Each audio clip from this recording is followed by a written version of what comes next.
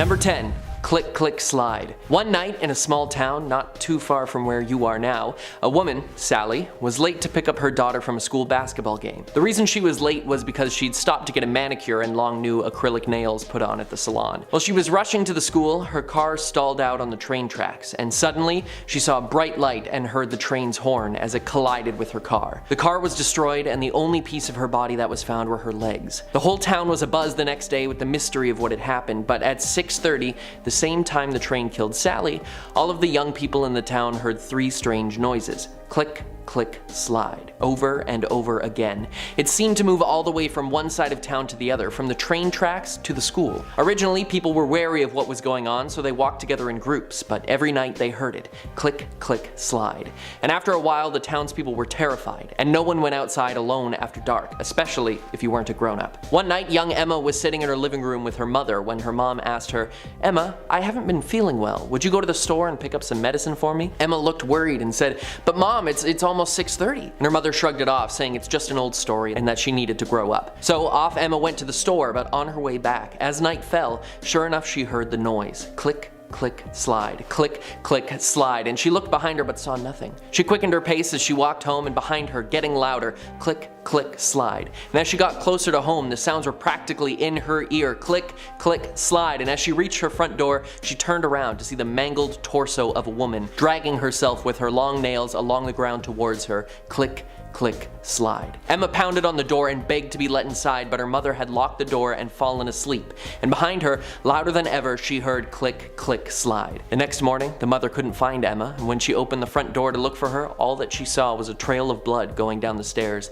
and a message scrawled in blood on the front steps that read, "Why didn't you open the door, Mother?" I can already imagine the special effects makeup on Sally. Number 9.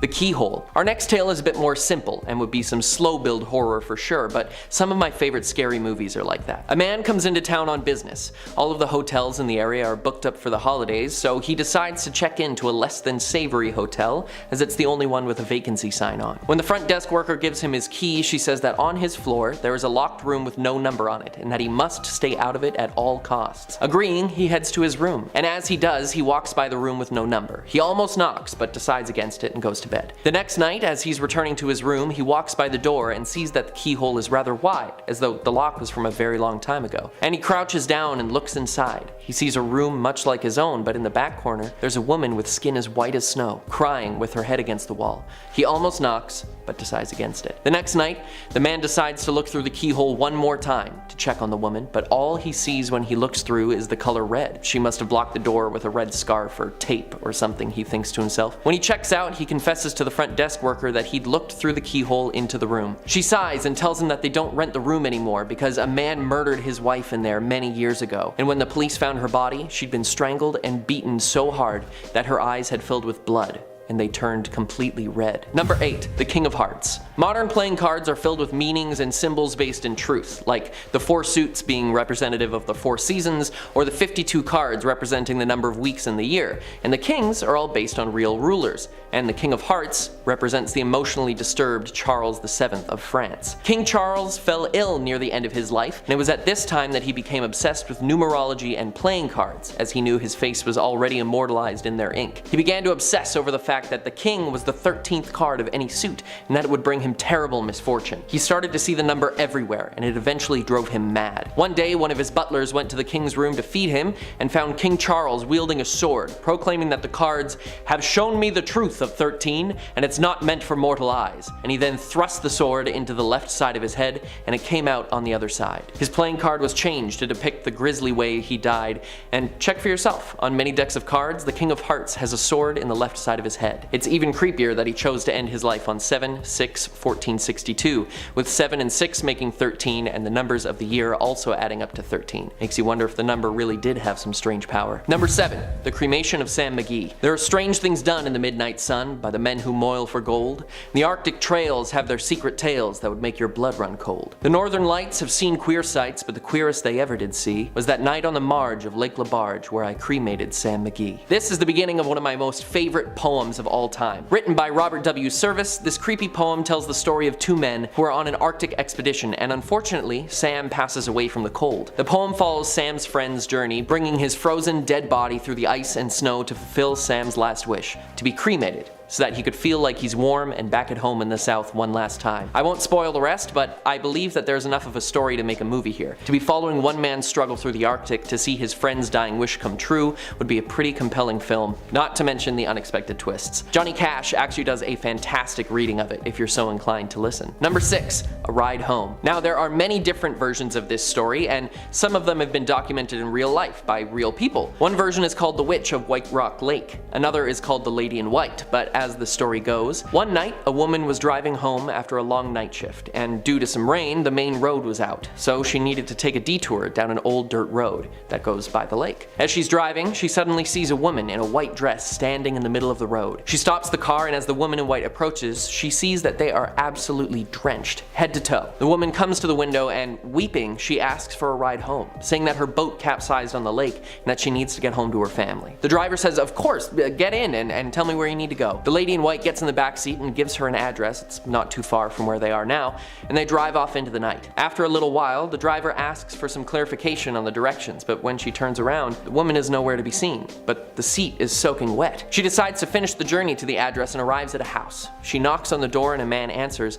She tells him about the woman in white and how she gave her this address and then disappeared. The man said, "You're the 5th person to knock on my door and tell me this story. 5 years ago tonight, my wife and I were sailing on the lake and we had a terrible accident and she drowned. She's been pleading for help ever since." Number 5, The Seventh Barn. Now, I think that this next one could be great on the silver screen, but not necessarily because of how scary it is, but because you could lean into the investigation angle and how obsession can drive people to do all sorts of crazy things. There was once a wealthy farmer who loved his wife so much that he bought her a heck of a lot of land as a wedding present. When they had a child, the husband decided to celebrate the occasion by building a barn and putting a plaque on it with their name. Every time the man and his wife had a child, he did this, and eventually they had 6 barns and 6 children, and they were happy. When his wife announced that she was pregnant again, he was overjoyed and began construction on the 7th barn, and the day that he finished, she went into labor. Unfortunately, his wife died in childbirth, and so did their unborn son. Driven mad by grief and heartbreak, the man took the rest of his family out to the 7th barn to bury his wife and son, he told them. But then, he took an axe and killed all of them and hung himself from the rafters. They say if you visit the barn at night, you can see his ghostly figure hanging by his neck, blowing in the wind. And over the years, the land and barns were sold off, all but the 7th, as everyone knew of the tragedy that happened there. But a teacher told his son the scary story, and they decided to try to find the 7th barn. They scoured old maps, toured through the countryside and plains, and finally found what they thought was the 7th barn.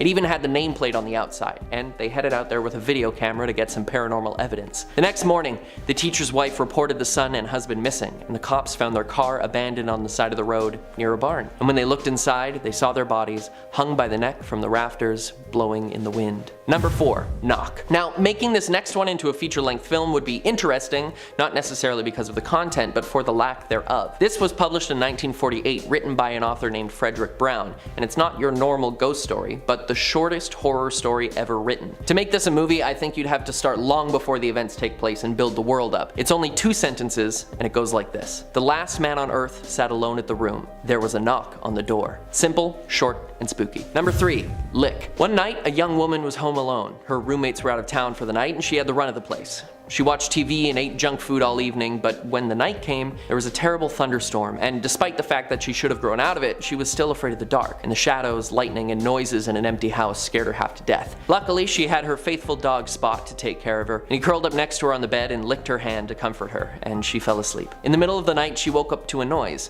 something that was dripping. Maybe some rain was leaking in, or a tap wasn't fully off, but she heard it loud and clear. Drip, drip, drip. The lightning and shadows and sounds scared her, but Spot licked her hand for comfort and she fell back asleep. An hour later, she woke up and heard the noise again. Drip, drip, drip. She wondered if she should go check on it, but she was too frightened from the shadows and the lightning. Spot licked her hand for comfort, and again she fell asleep. She woke one more hour later to the same noise. Drip, drip, drip, and this time she gathered her courage and went to investigate. She followed the sound around her house until she realized it was coming from the bathroom, which she must have left the tap on. She opened the door and saw something horrible. Spot was hanging upside down from the shower rod, and he had been skinned.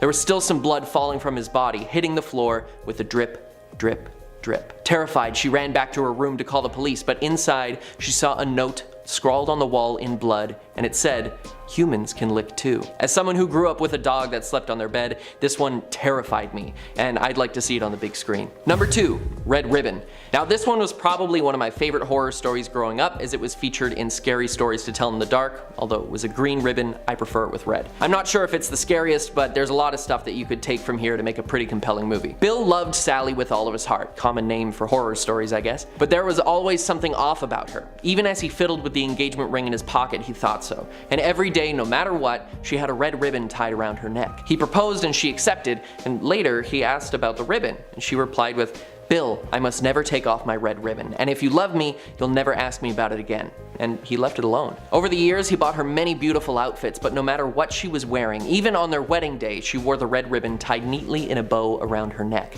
And the question began to eat away at him. On their anniversary, he bought her a beautiful necklace, thinking that she would have to remove the ribbon to wear it, but when he went to remove it so he could put the necklace around her neck, she said, "The necklace is beautiful and she'll treasure it forever, but I must never take off my red ribbon." This angered him slightly, but he let it go. When their baby was born, it was the happiest moment of his life, but the question came back to him when the baby reached his hand towards the thing tied around its mother's neck, and Sally said sweetly to her new baby, "No, Mommy must never take off her red ribbon." Many nights later, the question he was never to ask had burrowed deep into his mind, and it was driving him mad. So while Sally was sleeping, he slowly reached over and pulled at both sides of the bow on the pretty red ribbon. And just as it finally came loose, Sally's eyes opened and her head rolled off of her neck and onto the floor. With a single tear rolling down her cheek, she cried, "I warned you." And finally, number 1, don't turn on the light. I think this one is so scary because for some reason it feels the most realistic, and I can already see the trailer in my head. Miranda and Lucy were roommates and went to school at the local college. One night Lucy comes home and tells Miranda that they've been invited to a big party and that they need to get ready to go. Miranda says she's not feeling well and that she's gonna have a nap on the couch instead. Lucy heads to the party, but halfway through her walk she realizes she's forgotten her keys. Classic Lucy. When she gets back to her apartment, she opens the very creaky door slowly so that she doesn't make too much noise. She can hear steady, slow breaths, so she decides to not turn on the light so she doesn't wake up her sleeping friend. She knows the place like the back of her hand, so it's no problem. She walks through the apartment in the dark, quietly, grabs her keys, and heads back out the door to the party. She dances all night, and later, exhausted, she walks back up the stairs to her apartment and sees the door wide open. She runs inside but can't see anything in the dark, so she flicks the switch on the wall, and when the room brightens, she sees Miranda, mangled and covered in blood in the middle of the floor. Lucy lets out a blood-curdling scream, and then she sees the mirror on the wall, and on it was a message scrawled in Miranda's blood, "Aren't you glad you didn't turn on the lights?" Starting off with number 10, The House with the Animals in the Walls. That literally sounds like a name of a horror movie that already exists. In 2015, the Bredzewicz family was renovating their home and was planning on re-insulating their house. However, when they tore open the walls, they discovered it was lined with bodies of dead animals. These animals were wrapped in newspaper from the 1930s and 40s. Along with these animals, there were spices, artifacts, and other miscellaneous items in the wall. Apparently, all these items can be linked to powwow or Dutch magic, which is used to treat ailments or gain protection. Some of the items in the wall were linked to spells that promote the care of livestock, treatments for illnesses, and even used to conjure demons. They were living with these animals in the walls for several years, which in turn caused some of the family members to become ill and caused a constant odor in the house. Now, let me paint you a picture of the movie I'm imagining. Family moves into a house, maybe it was cheap real estate, but as they are living there, strange things start to occur, including them hearing scratching from inside the walls and seeing apparitions of demons. Eventually they tear open the walls to investigate and find the animals, but also unleash some of the dark magic that was used in the time. I think I deserve an Oscar already. Number 8. In 1943, 4 boys in Stourbridge, England located something odd in an old wych elm tree. Upon climbing up and looking in the tree, one boy discovered that a decomposed body of a young woman was stuffed inside. A gold wedding ring was on her left hand, while her right hand was sawed off. The hand was later discovered buried just below the tree. This woman was apparently 35 years of age and had apparently been in the tree for 18 months. Now, when this body was discovered, no one knew who it belonged to. That was until graffiti started appearing all around town. The graffiti wrote, "Who put Lubella down the wych elm?" This appeared on a wall in Old Hill. Then in Birmingham another message appeared. Then another message at Witchbury Hill that read, who put Bella in the witch elm. No one knows who was writing these messages, but it was assumed that they knew the victim as they identified her by her name. This message kept appearing all throughout England and Europe. Over time, police began to lose evidence and even misplaced her body. The case has never been solved, but the graffiti can still be found on some alleyways. At number 7, we have the voices. Now, this woman was using a sleep app that basically runs all throughout the night and starts recording when it detects noise. In the morning, she was going through the recording when she could hear a voice talking. In the recording, you can hear a bunch of clicks that sound almost like footsteps, and then you can hear the woman say, "What are you doing?" That's in fact her own voice, but she doesn't remember saying that at all. What's even creepier is after that you hear the ghostly voice say, "Nothing." Like, they actually say the word nothing, they don't say nothing. And then you hear what sounds like either, "Oh, be still," or "That's them." Either way, it is terrifying. And throughout the recording, the weird clicking noise is present. Now, she said that she eventually moved from that house and everything was fine, until her son started talking about seeing a dark figure with no face. Her son also kept asking where Ho was. She thinks that it's a spirit that he was seeing that apparently followed them to their new house. I think this would make a good movie. Just imagine a woman starts using this app to monitor sleep talking patterns when she discovers she's not the only one in the house. Dun dun dun. In our 6th spot, we have Hotel Monte Vista. The Monte Vista Hotel in Flagstaff, Arizona is known to be home to multiple paranormal entities. The hotel opened in 1927 and people have seen several ghosts, including a ghost of a bellboy, bank robber, and even a dancing couple. If you stay in room 220, then apparently the TV will change channels on its own. Even some people have felt cold hands touching them while they sleep. Now, the ghost of the bellboy will apparently knock on the door and even say room service, but will not be there when anyone checks. He could at least leave some food or something for them. Some guests have seen him outside of room 210 and described him dressed in an old-fashioned uniform with brass buttons. Now, in 1970, 3 men robbed a bank near the hotel, and afterwards they celebrated their robbery at the bar in the hotel. However, one robber was shot and bled to death in the hotel. People say that they see bar stools and drinks moving on their own. It is also said that 2 women were murdered in room 306 in the 1940s, and during the night they will place a hand over the guests' mouths and throats, making them wake up and not being able to breathe. They mainly target male guests, that's because they were murdered by male individuals. There's also a little boy that roams the hotel, and even a chair that rocks by itself in room 305, sounds of baby crying in the basement, and a dancing ghost couple. And the list continues. From its creepy history to the countless ghosts that roam the hall, this hotel would be a great basis for a movie. We are now at our 5th and halfway mark with the Smiley Face Killer. The Smiley Face Killer got its name from leaving graffiti smiley faces at the scene of every crime. Now, they have made a documentary on it, but I think it would also make a good horror film. The killing started in 1997 and ended in 2008. Now, all of the victims were white, college-aged men. All of these victims were drowned and found with a smiley face graffitied nearby. Some people believe that they were murdered out of jealousy from being good looking or good in school or athletic. Now, some of the murders happened on the same night but in different areas, so detectives even believe that it was done by an organization or group of individuals. The cases also have other weird similarities. In 1997, Patrick McNeil was last seen drinking at a Manhattan bar when found drowned in the New York harbor. In 2016, Matthew Genovese was last seen at a pub drinking and was found drowned as well. Both of these victims were drinking prior to their death and also had no signs of foul play. Detectives believe it was just an accidental drowning and coincidence. But there were 45 deaths, all men around the same age, from death by drowning, with a smiley face left at the scene. That's not a coincidence, it's murder. In 4th place, we have the phone stalker. In 2007 in Washington, numerous families reported receiving death threats over the phone. Apparently, the individual on the other end of the line knew way too much about these families and used it to their advantage. Now, some of these threats included the mystery phone person saying that they would kill their children, pets, or other family members. Every time they received a call, it would appear on their phone as restricted.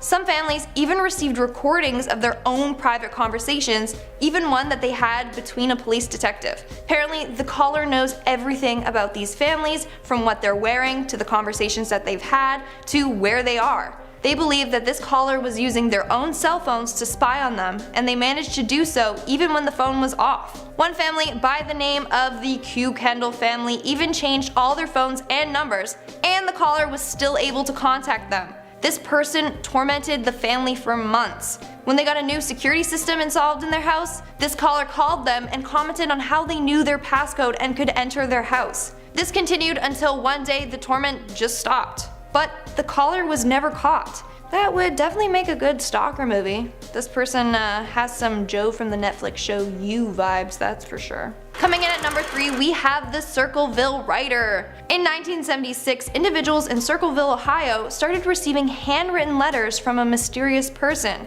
Now, similar to the phone stalker case, this anonymous person knew personal details about these individuals. However, there weren't any cell phones that they could use to tap into.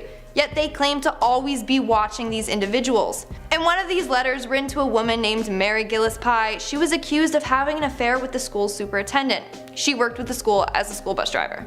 Her letter read, "I know where you live. I've been observing your house. I know you have children. This is no joke. Please take it seriously." Then Mary's husband Ron received a letter informing him that he would be in danger if he didn't stop the affair. Mary continued to get more letters. Another one read, "Mary, you have had 2 weeks and done nothing. Admit the truth and inform the school board. If not, I will broadcast it on CBS, posters, signs, and billboards until the truth comes out." Shortly after, the letters stopped. Until August 17th in 1997, when Ron received a phone call from this writer. As a result, he got in his car with a gun and headed out. He passed away later that day from crashing into a tree, and his gun had been fired. No one knows why or how this happened. The notes continued to terrorize this family all throughout 1983. Some were even addressed to Mary's daughter. The Circleville Writer went to the extreme when one day Mary was driving the bus down the normal route when she saw signs exposing her had been placed throughout the route. When she went to remove them, she saw that it was rigged with a gun.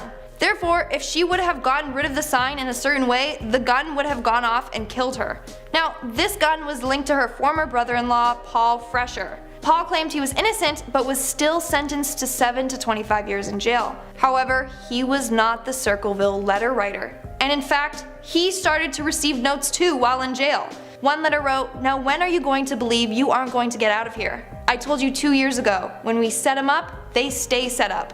Don't you listen at all?" So he was set up by the Circleville Writer. To this day, no one knows who the writer was. Now, when I was reading about this, I thought it would make a great film about a man who targets people who have sinned and forces them into confessing, or else he kills them. I mean, I'm pretty sure that's already been made, but I mean, it's a pretty solid idea in my opinion. In our number 1 spot, we have the death of Eliza Lamb.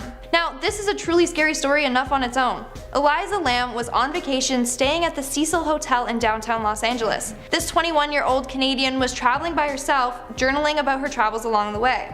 On January 31st, that was the last time she had been seen. Now, the only lead that we have is from the elevator's surveillance footage. This shows her final moments before her disappearance. Now, this footage is quite disturbing. She is seen behaving out of character. She is talking to herself, moving her hands randomly, pressing random elevator buttons, opening and closing the elevator doors, and peering around the elevator corner. A few days later, hotel guests reported the water in their hotel rooms was running black. And they claimed that the tap water was tasting weird. On February 19th, Eliza's body was found rotting and bare in the water tank on the hotel's roof. Her death was labeled as accidental drowning, but everyone believes otherwise. Now, in order for Eliza to have gotten into the water tank, she would have had to gone up to the 15th floor, taken a staircase up to the roof, and turned off the roof alarm. From there, she would have had to climb onto the platform where the hotel's water tanks are, and then up another ladder to get to the tank that she was found in. Now, how did she do this undetected? Especially since the roof has an alarm system and was locked. As a result, people believe that she was possessed or that she was playing the elevator game. The elevator game is said to be the world's most dangerous game. Basically, you have to be in an elevator that has at least 10 floors. When you're in the elevator, you have to press the floor buttons in a specific order. After doing so, you press the 5th floor and a woman will enter the elevator with you. This woman is not alive and it is deadly if you look or talk to her. Then you are supposed to go to the 10th floor, which brings you to another dimension. Sounds like a pretty terrifying horror movie to me. Let me add that this story took place in the Cecil Hotel, which has a grim past already. Richard Ramirez committed 14 murders and lived on the 14th floor in 1985. Jack Unterweger was another killer that stayed in the hotel, and in 1962, a female host guest jumped out of the hotel's window to her death. So yeah, this hotel alone is a good place to base a movie off of. There's just so much in the history. Starting off at number 10, we have The Exorcism. Now, I know that there are tons of exorcism movies out there, but this next one, it needs to be made into a movie for sure. Let me explain. So, a family in North London claimed that their 26-year-old son was a victim of possession. In August of 2016, they claimed that their son Kennedy Ife started to act more violent. He would say that a snake was living inside of him. He bit his father and he threatened to harm himself. This is when they restrained him to his bed. They then proceeded to conduct an exorcism on Kennedy. The family was very convinced that a demon was inside of Kennedy, and that's what Kennedy referred to as the snake in his body. They left Kennedy strapped to the bed for 3 days without any medical attention. For those 3 days, they would just pray continuously. However, this sadly didn't work. He ended up developing breathing issues and passed away. When police arrived, they found that the family had tried to resurrect Kennedy from the dead. All 7 members of the Ives family were convicted of manslaughter and false imprisonment. However, they were all cleared of charges in March of 2019. So was Kennedy really possessed, or did the family just make that up? Because then they also tried to resurrect him, which I mean, it's not typically a normal thing to do. But imagine that as a movie. I'd watch it. It's a pretty interesting story for me. Also, if he was possessed, where did the demon go? Like, who's its new host? Because if a host dies, it doesn't necessarily mean that the demon will too. Maybe that could be explored in the movie adaptation. Moving on, at number 9, we have Rig 12. Now, this next story comes from the perspective of a paramedic who was an ambulance driver. It's from the Reddit user Zerbo. Well, they have stated that a lot of paramedics have had a spooky encounter with a haunted ambulance. Maybe it's from somebody who passed away in the back. They don't know. But it's always in the ambulance known as Rig 12. So it was 3 AM, which, bad start already, that's the witching hour. Anyways, him and his partner were both waiting in their ambulance in a small community. That's when they heard a man say, "Oh my god, am I dying?" Then they heard heavy breathing. After that, they heard the oxygen bottle hiss, as if air was being seeped out to help him with his heavy breathing. They thought for sure somebody was in the back of the ambulance. But when they went to investigate, there was nothing there. The oxygen bottle wasn't even touched. Okay, so like a film about a haunted ambulance sounds kinda lame, but imagine a film about the patients that died in the vehicle that keep reliving their deaths and haunting the paramedics. Like, come on, it's not a bad idea. Maybe it's not Oscar worthy, but there's definitely some potential with this concept. In our 8th spot, we have Stalker Mom. Now, this story is all about a mom named Karen and her stalking store managers. It would make a pretty good comedy movie. This story was posted from the Reddit user LazyDaisy6702. In September of 2018, when this Reddit user was 16 years old, she went to a new high school and didn't have any friends in the area. That's when she was introduced to a woman named Kat. Now, Kat was 27 years old, and they still became good and fast friends despite the age difference. They would see each other fairly often and just hang out. Then it got to a point where Kat would want her to stay over 2 or more times a week. She would call her every other day and sometimes even call 13 times a day. Kat also gave her a necklace saying "I love you to the moon and back" and had a heart attached that said daughter. So she would joke saying that she was like her adopted mom. Then it started getting more darker. At one point, this Reddit user and Kat weren't seeing each other that often. As a result, Kat had a breakdown and tried to kill her other friend. Kat then blamed this user for her own actions. Kat was becoming way too obsessed with her. She even went to her boyfriend and said, "You're stealing her away from me." Thankfully, this girl blocked her and they've never had an issue since. Now, this story sounds a lot like the movie The Roommate, but I think that the same director should make a sequel and have it about Kat, and maybe how she likes to befriend younger girls. Maybe she can't have kids of her own, so she likes to play pretend with other girls. Next up at number 7, we have The Watcher. Imagine buying $1 million home only to find out that it was being stalked by a mystery man. Because that's what happened to the next family. They bought a $1.3 million home and claimed it was their perfect dream home. minus the creepy stalker part. Now, while living at this home, they received several letters from someone who claimed to be watching the home. Some things that the watchers said in the letters were, "This home has been the subject of my family for decades." Now, I'm personally gonna try and decipher this as we go. So, Detective Lindsay on the case. So, I believe this means that his family has some weird tradition of watching over this house, like observing the families and such. "I have been put in charge of watching and waiting for its second coming." I don't know what that means. I don't think he means it in like a biblical way. And then another letter referred to the new owner's children and asked, have they found out what's in the walls yet? And they never did tear open the walls. I'm curious to know what's in them. Come on people, do some investigating. Anyways, this family ended up moving out of this home, and the previous owners admitted that they too were being watched. I could honestly see this being made into a really good thriller mystery. I'm personally already invested in this case. I wish I knew why they were watching this house in particular. Let me know your theories in the comments below. Moving on, at number 6 we have the attic. This next story is from the Reddit user Digsdaws. He claims that his 1-bedroom apartment in Melbourne is haunted. It first started when he came home one day and found the wooden plank that was patching a hole in the ceiling on the ground snapped in two. Above the hole led to a small attic space. Now he claimed that the plank was an inch thick, so it would be hard to break without a decent amount of force applied to it. He thought that maybe someone was in his attic, but that wasn't the case. He called the tenant and she explained that the other 2 renters experienced the same thing. The board was then replaced. A month later, he woke up to a sound of someone being dragged along the floor of the attic.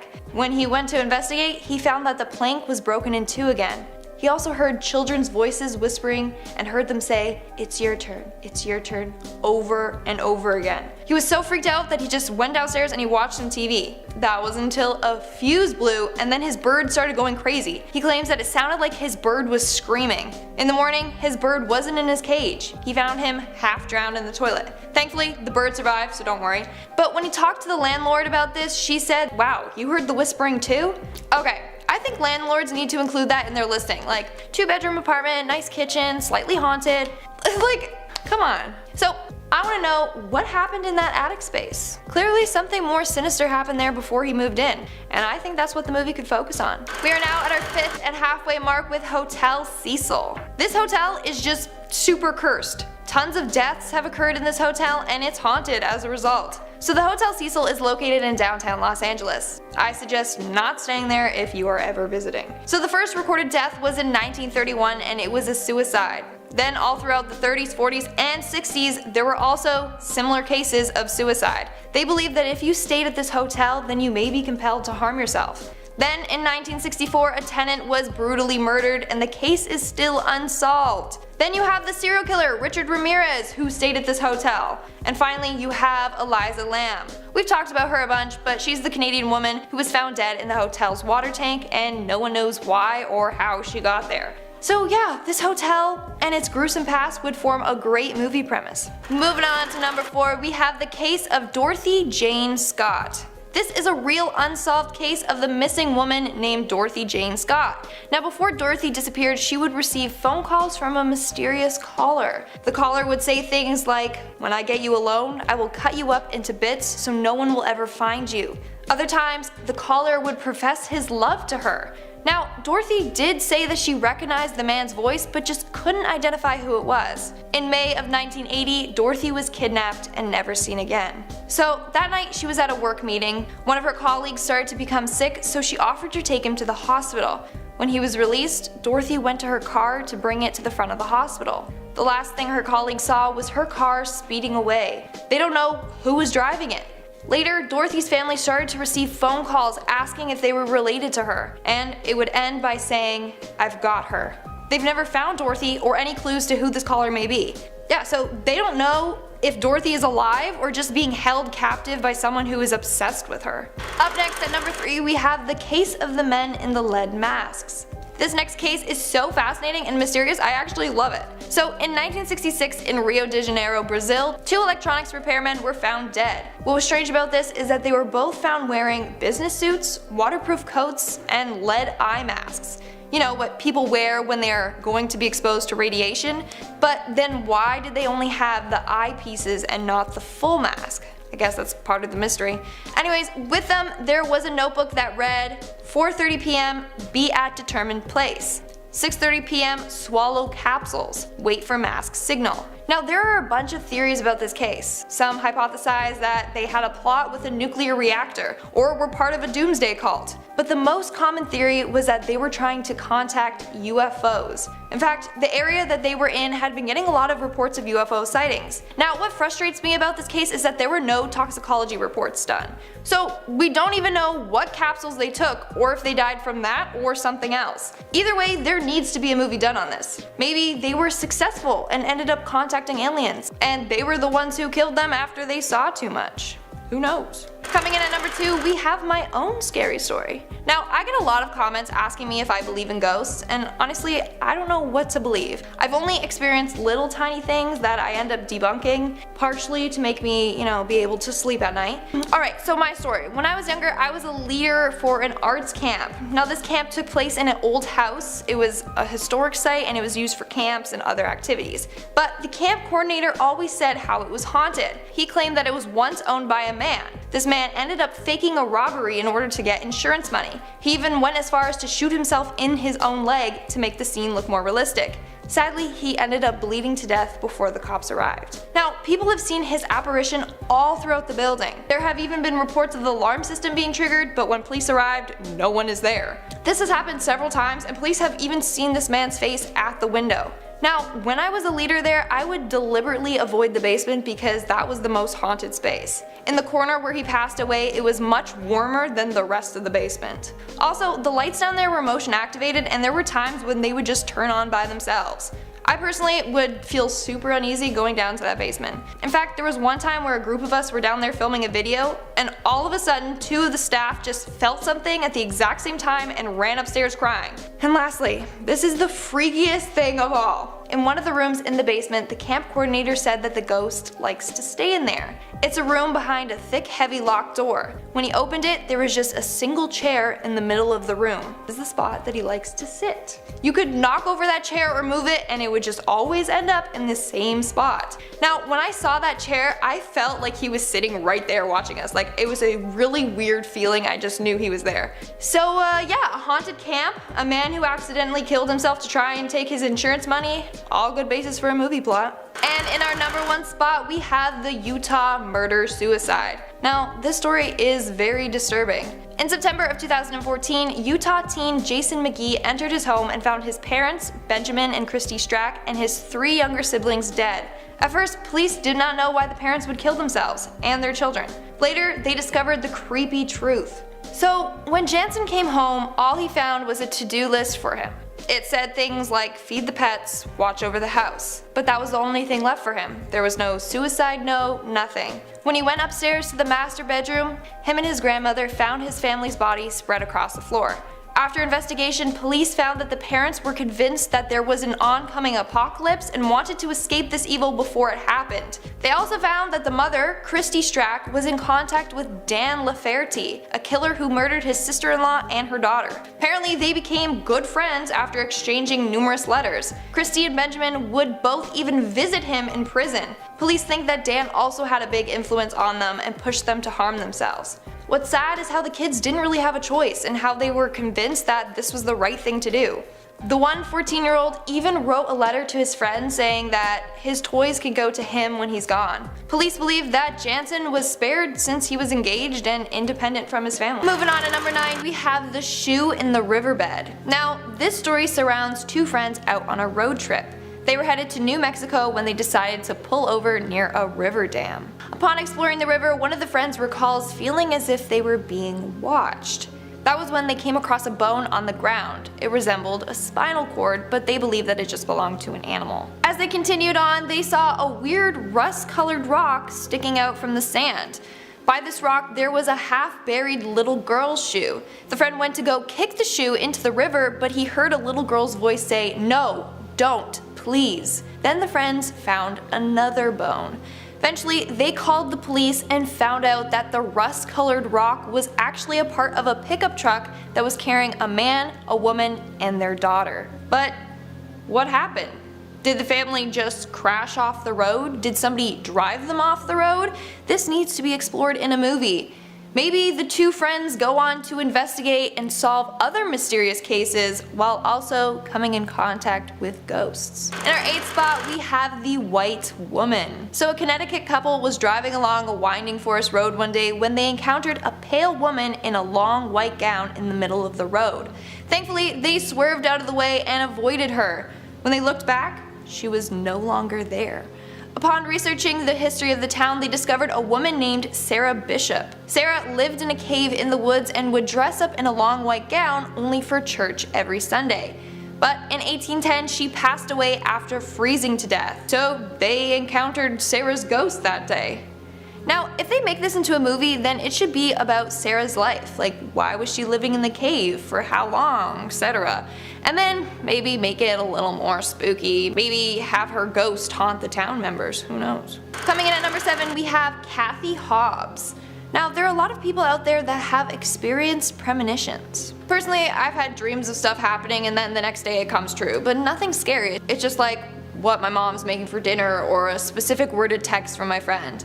Now, this woman named Kathy Hobbs had a premonition, but this time it allowed her to predict her own death.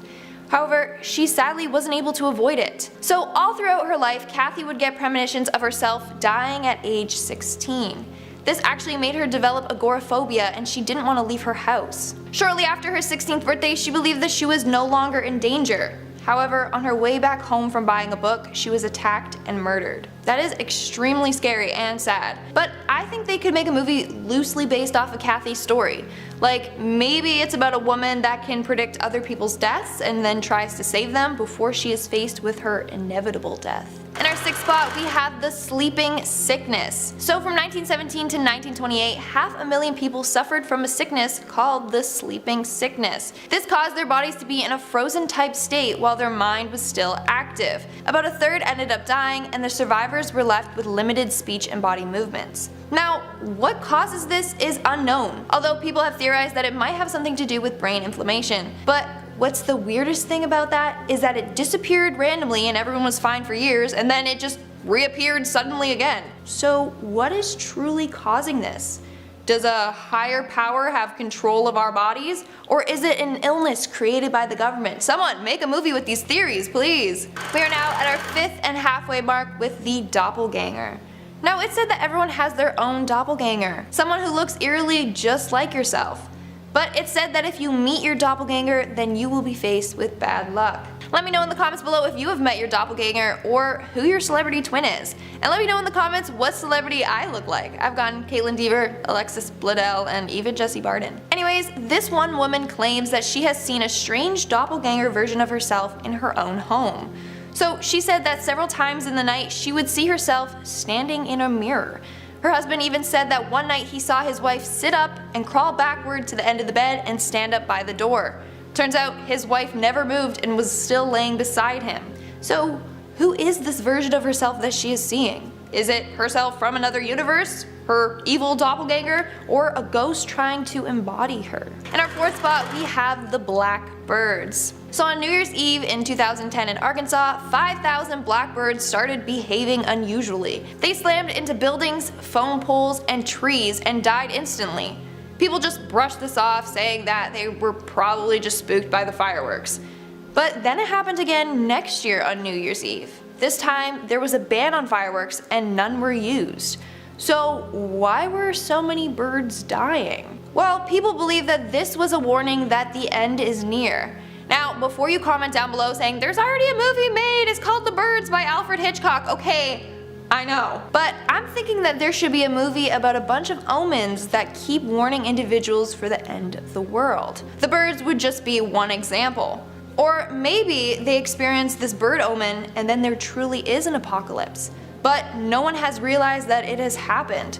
Slowly more signs start to show that in fact they have died from an apocalypse and are living in a different world. or different reality. Starting us off at number 10 is a man on fire. Just because of the nature of the job, there are a lot of gruesome things that operators can find themselves in the middle of. Now, more often than not, they are talking with the victim of the attack, but in the case of Reddit user Celtic055, the person on the line was the one doing the harm. Quote, "I took a call from a guy who lit himself on fire. A sheriff deputy was serving a vacate order when the guy getting served decided to wrap himself in a blanket, dump kerosene on himself, then light himself on fire. Worst part is that he was still alive when the fire was put out. He was still breathing for another few hours before passing on. Luckily, I did not see the guy, I only heard the screams when talking to the deputy. I can't imagine how that operator must have felt." Moving on to number 9, the address. One of the most important parts of a dispatch call is to get the address as quickly as you can so that you can send out whoever needs to be on site as quickly as possible. This next story from a former Reddit user starts off by explaining they were in a training class and the teacher, who was a dispatcher, played a real life example of one of their phone calls that proves just how important that rule really is. Quote, "It was an old woman on the phone that was calling to report someone creeping around in the backyard. She asks them to hurry. The dispatcher says police are on their way but won't be there for 5 minutes. The dispatcher asks for an address but hears it wrong. As the lady is saying the address, she gets attacked and lets out this scream that sounds like a dying animal combined with the worst fear you've ever heard in your life. Then it's silent. Gone. The phone's on, you can hear someone moving stuff around. Police spent 4 hours looking for that woman's house. The dispatcher got the address wrong." Moving on to number 8, a house fire. Our next scary story comes from Reddit friend James Hetfield, and let me just say that I truly hope this person got access to some good counseling after this one. Quote, "The worst was when a lady escaped her burning house and called 911 to report it, and that her husband and daughter were still inside. The number one rule for us is to get you out and keep you out, but she went back in and died along with her family. It was only a few days before Christmas. That one effed with me for a while." I mean, it's the fact that she was on the phone with someone who is actually safe and then just had to listen as they put themselves back in danger that neither the first responder or the operator could help them get out of. Definitely a disturbing day for anyone involved. Coming in at number 7, callback. This next story comes from Redditor #libertarian, and they start off by explaining that while they have unfortunately received many disturbing calls over the years, this one is by far the worst. Quote, "The one I had, this lady was screaming. Just horrific screaming. Then the phone went dead. Now I can only imagine the fear that would invoke for this operator, since the only way you can help these people is if you can talk to them. Now our Reddit friend was able to get a hold of her, but sadly it did not have the happy ending they were hoping for. Quote, "I called back only to hear that horrific screaming again. Then I heard someone in the background screaming, 'He's stabbing her, he's stabbing her.' She died. He did get caught by an officer I had dispatched. She literally jumped off a car roof and landed on top of the guy. Not sure what his sentence was. Seriously, this job is not for the weak." Moving on to number 6, speedboat. Next up we have a story from Redditor Lurler, and this might just be the disturbing reminder we all need to never ever manage heavy machinery that you are not confident working ever again. Otherwise, you might wind up making the biggest mistake of your life. Quote, "I answered a call from a woman who had run over her husband in a speedboat and chopped off his legs. The operator continued to explain that the rest of their young family was accompanying them in the boat, so they would have witnessed the tragedy. But worst of all, quote, it was the husband's 40th birthday and he wanted to go water skiing. The wife didn't want to because she wasn't comfortable driving the boat. Unfortunately, the husband died from the accident." Coming in at number 5, paralyzed. Next up we have a story from user AHGWG, and I actually can't fathom having to be on the other end of this call. Quote, "The one that sticks with me the most was a man who was paralyzed from the waist down and had phoned up to tell us that he was midway through attempting to amputate his own legs at the thigh using nothing but a hacksaw and a Stanley knife. He'd laid newspaper down on the floor and everything in an attempt not to get blood on the carpet. Naturally, not long into the call, he passed out due to blood loss." Grim stuff. Now, I looked into this a bit more because the idea of trying to amputate a paralyzed limb seemed a little strange to me, but apparently it is not entirely uncommon to have intense nerve pain in paralyzed parts of the body. So while it's not explicitly said by anyone in the story, the pain could have been the reason behind his wanting to chop off his own leg. And that, coupled with the fact that he knew he wouldn't feel the amputation itself, justified the DIY idea. I just hope this guy got to the hospital and survived. Moving on to number 4, adultery. This next one comes from Redditor Unit 91, and to be honest, it is super tragic. Like, if this happened to me, I would probably need to find a new job, but still be scarred forever, kind of tragic. So I hope this poor operator got the support they needed after this call. The Redditor starts off by explaining that they worked in a very busy city that was sadly no stranger to violence, SA, and domestic disputes, and that they were used to it and had even heard people die over the phone before. But this one was different. This time a lady calls and says to the operator that her husband has a weapon to her head and that he is not going to leave her alone and that they have to send help quick. Our Reddit friend then explains she's screaming into the phone,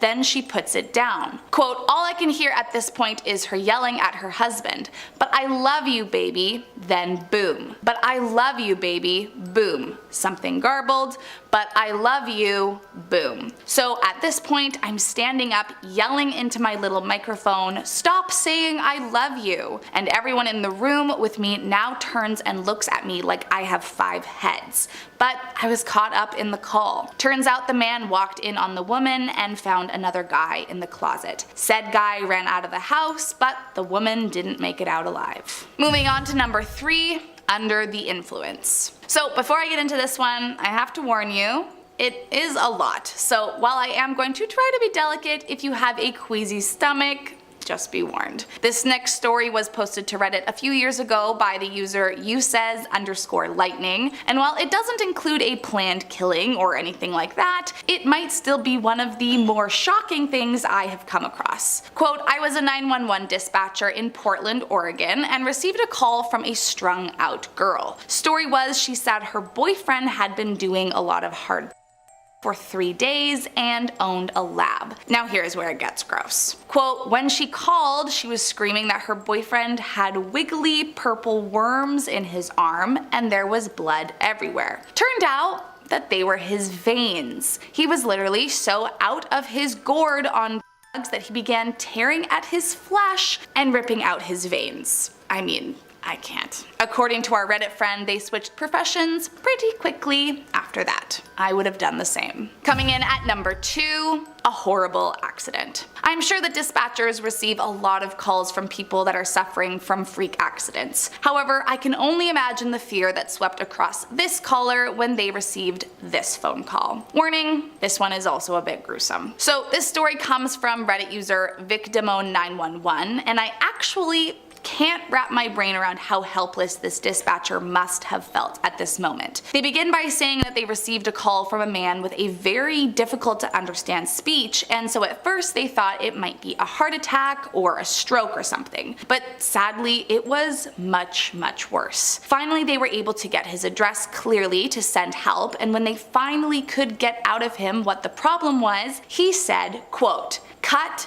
leg off chainsaw." From there, it was just guttural moans and groans until the phone suddenly went silent. As it turns out, he had fallen from a tree with his chainsaw and accidentally cut off his own leg. He then tied his belt around the stump, crawled to his phone on the porch, and called. But sadly, he died with the phone in his hand before help could arrive. I mean, I hope they gave this poor dispatcher some counseling after that one. And last up in our number 1 spot, we have a mysterious caller. So this last one from Redditor Smokey Bonaparte is maybe not as gruesome as the others on this list, but it is certainly a disturbing call to say the least. Quote, received a call from an elderly lady who had trouble breathing. I had taken several calls from her and her husband in the past, so I recognized her voice. I dispatched an ambulance to her residence and held her on the line, trying to keep her calm while the ambulance was responding. I'm talking to her, asking her about her husband and how he was doing, and just making small talk with her. The ambulance calls in and advises they are on scene, and I let them know that she is in severe respiratory distress, and I still had her on the line. I let her know the ambulance is coming to the door to go answer the door, and she says okay and hangs up the phone. So far, pretty normal, right? Well,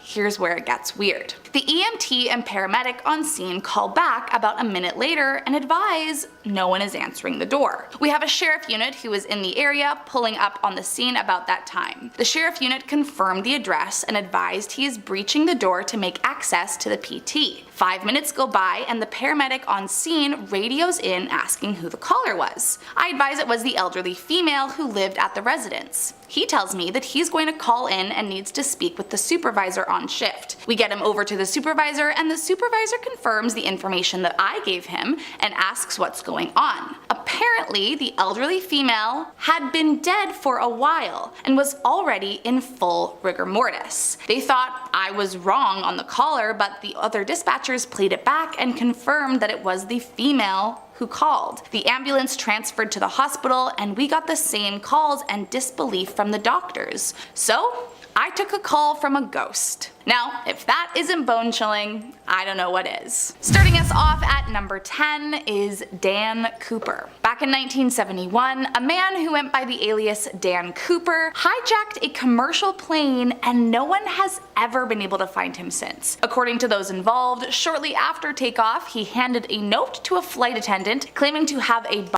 in his briefcase. He demanded 4 parachutes and $200,000 in $20 bills, which is the equivalent of like $1.2 million nowadays. Otherwise, he was going to kill everyone on the plane. After the flight landed in Seattle, Cooper released the 36 passengers once authorities had provided him with the money and parachutes, but kept both pilots, 1 flight engineer, and flight attendants as hostages on the plane. From there, he forced them to fly to Mexico City, but somewhere over Nevada, Cooper jumped off the plane with the stolen cash. The FBI launched a massive search that is still considered one of the longest and most exhaustive investigations in FBI history. But Dan Cooper has yet to be found, and I'm sure many agents lost sleep over trying to figure out this case. Moving on to number 9, the West Mesa bone collector. Back in 2009, a woman on a leisurely walk with her dog came across something peculiar.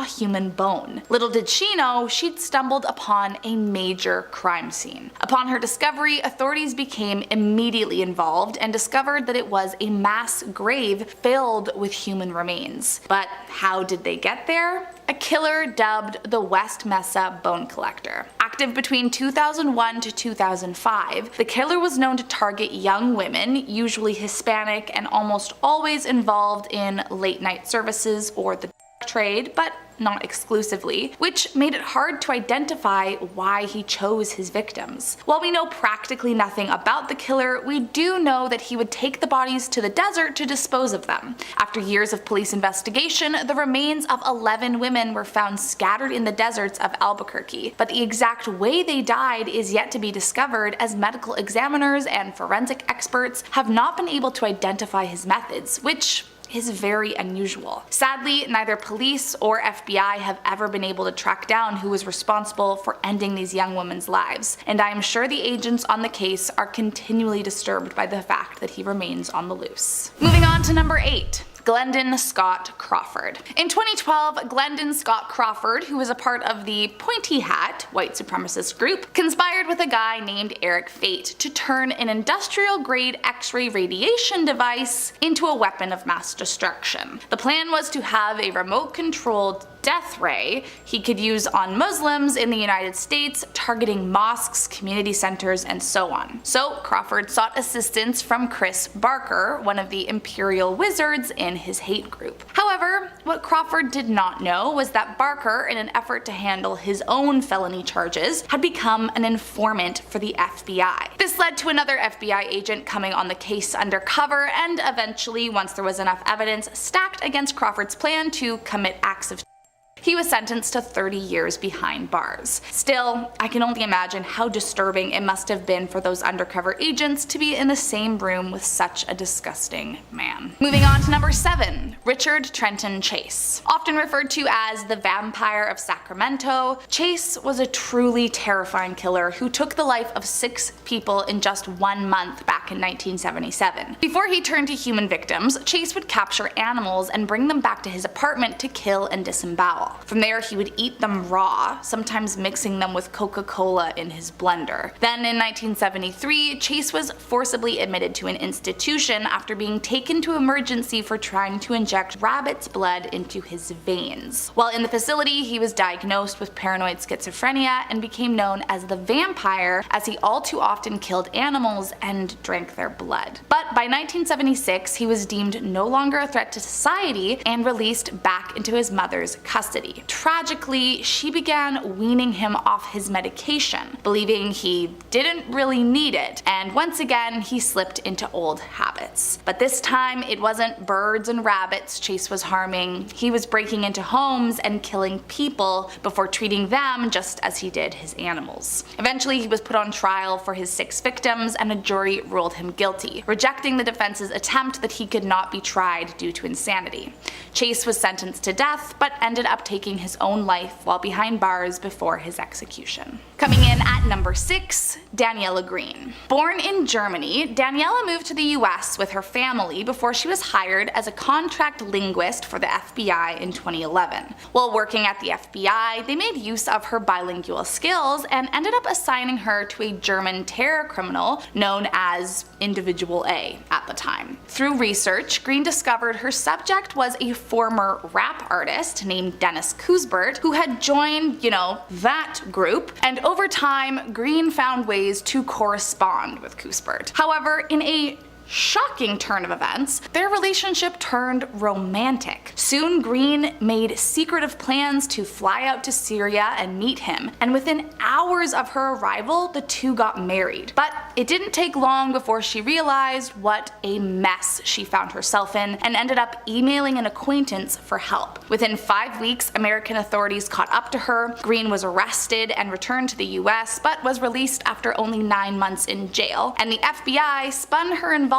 with Kuisbert as that of an unsuspecting linguist duped by a conniving criminal. Still, I can only imagine how disturbing it must have been for everyone involved, knowing that one of their own had double-crossed them and married the literal enemy they were trying to take down. Next up at number 5, Robert Hansen. Known in the media as the Butcher Baker, Hansen was an extremely sick killer who quite literally viewed his victims as prey. In his adolescence, Robert was an awkward and shy boy who had absolutely no luck with girls. These early rejections festered into a deep hatred for women, for which he later would seek revenge. As he got older, he began finding solace in archery and hunting, and would routinely spend his time perfecting his craft alone in the woods. Then in the early 1960s, he began seeking revenge, at first by committing arson on his high school property, but then soon turned to seek revenge on women specifically. By 1971, he was kidnapping and taking advantage of women, but not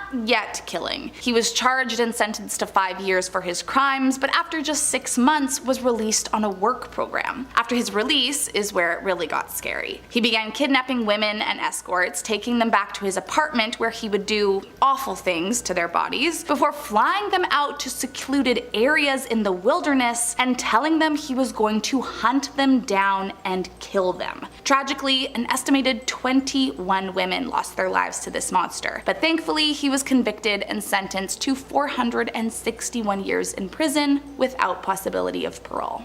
Moving on to number 4.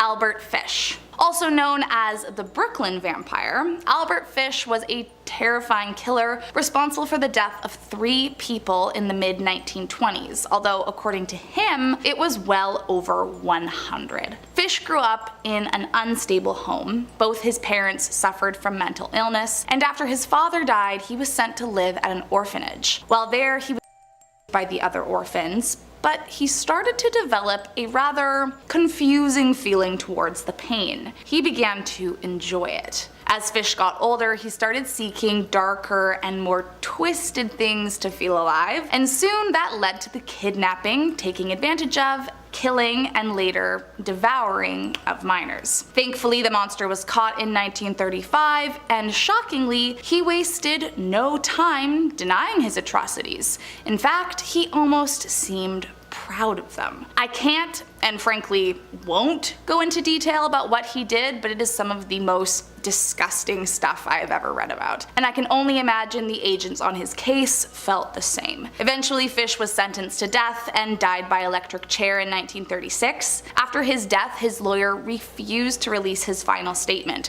saying, quote, "I will never show it to anyone. It was the most filthy string of obscenities that I have ever read." Next up at number 3, Michael James Pratt.